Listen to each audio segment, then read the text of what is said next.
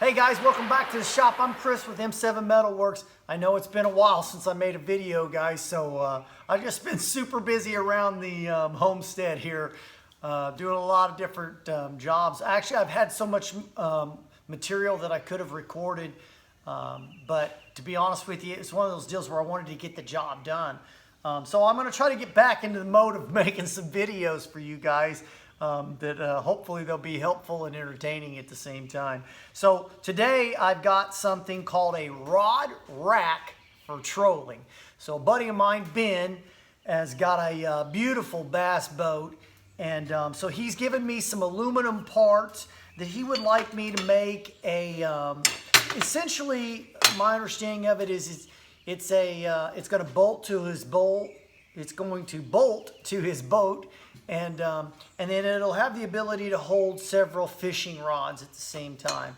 And so as he trolls, you know, he'll have the line out there. So we're going to get started on this. It's an aluminum project, so we're going to do a bunch of TIG welding today. Also going to do a little bit of tapping of that aluminum plate so that he can bolt it down. So let's get started. Okay guys, so real quick before we get started, this is just a real quick sketch of the actual item that we're going to fab.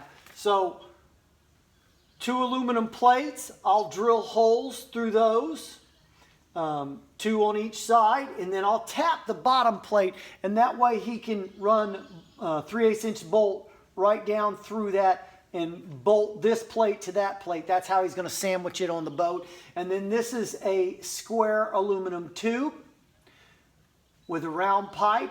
That pipe goes into the square tubing. It'll have another aluminum plate welded on top with some holes drilled into it. And then the apparatus that he'll bolt to this plate up top will be what actually holds the rods. And then I'm probably going to weld a little bit of extra plate on to here. I'm not just sure quite yet. To thicken that up, because this aluminum tubing, square tube, is just too thin to be able to tap. And so this way he can adjust the height of this rod holder and have some type of a wing nut that he could snug that up to on either side. I'm not sure if I'll have one on both sides or on one side. I don't know yet. We'll get it figured out. So anyways, let's get going. I've already drilled my holes in this plate. Now, you're going to see some holes here. These holes were already there. This is just some scrap plate I think he had laying around. So it already had holes drilled in it. And so I've got, these are the bottom plates. So I've got 4 of these. One's on the other table. I'm getting ready to start tapping it. So I drilled out my holes here. And what I'm gonna do is I'm gonna use a 3/8 inch 16 thread tap, and I'll tap these, just one of them. Now I have labeled these, so I don't know how well you can see the number 1 on that, but I went ahead and stamped it with the number 1. And the reason for that is because when I drilled these plates, I drilled them in 2s. So I put them together and I drilled them in 2s. And that way, and I didn't get specific, you know, it wasn't important as to having these exactly in the same spot on each corner.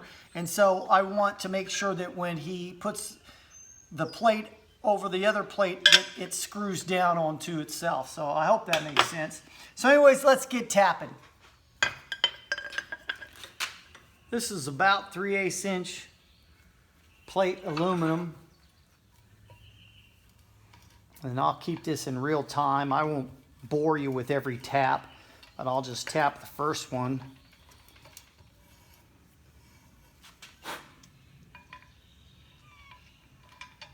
So 3/8 inch bolt. Screws in beautifully. So what I've got to do now is I've got to drill these holes again. So when I drilled these holes originally, I drilled them with the intention that he would use a 1/4 inch bolt and he would run it through it, and then he would use a nut and washer on the back side. But he then informed me that he wanted these tapped so that he could just run the bolt straight through. So to that's perfectly fine, not a problem. But I've got to drill these out, because obviously if a 3/8 inch bolt goes through there, it won't go through that hole. So it has to be able to freely go through that hole and then bolt into the plate beneath it. So we'll drill that out now. This is a 3/8 inch bolt, so we'll go 1/2 inch on this.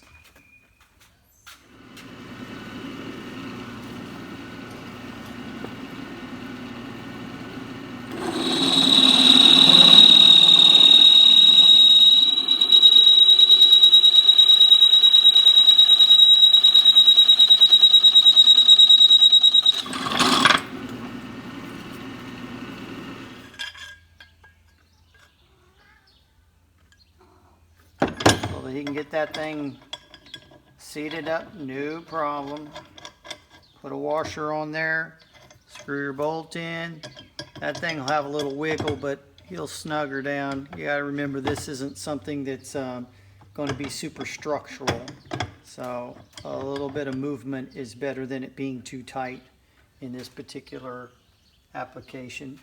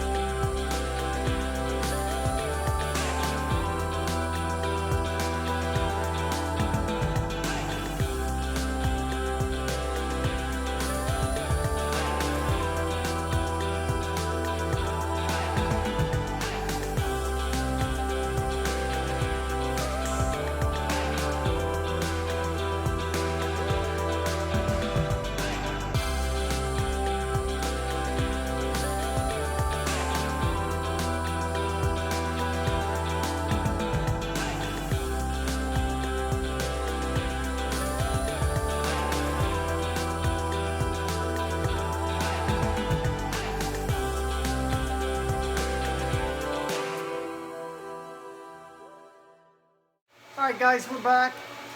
So what we've done so far is we've welded the square tube to the top plate on both, and then I just welded the round tube to the upper plate. Had to make a very thick weld here. I found that when I welded this with aluminum rod, I used 3/16 rod with 3/16 2% laminated tungsten, but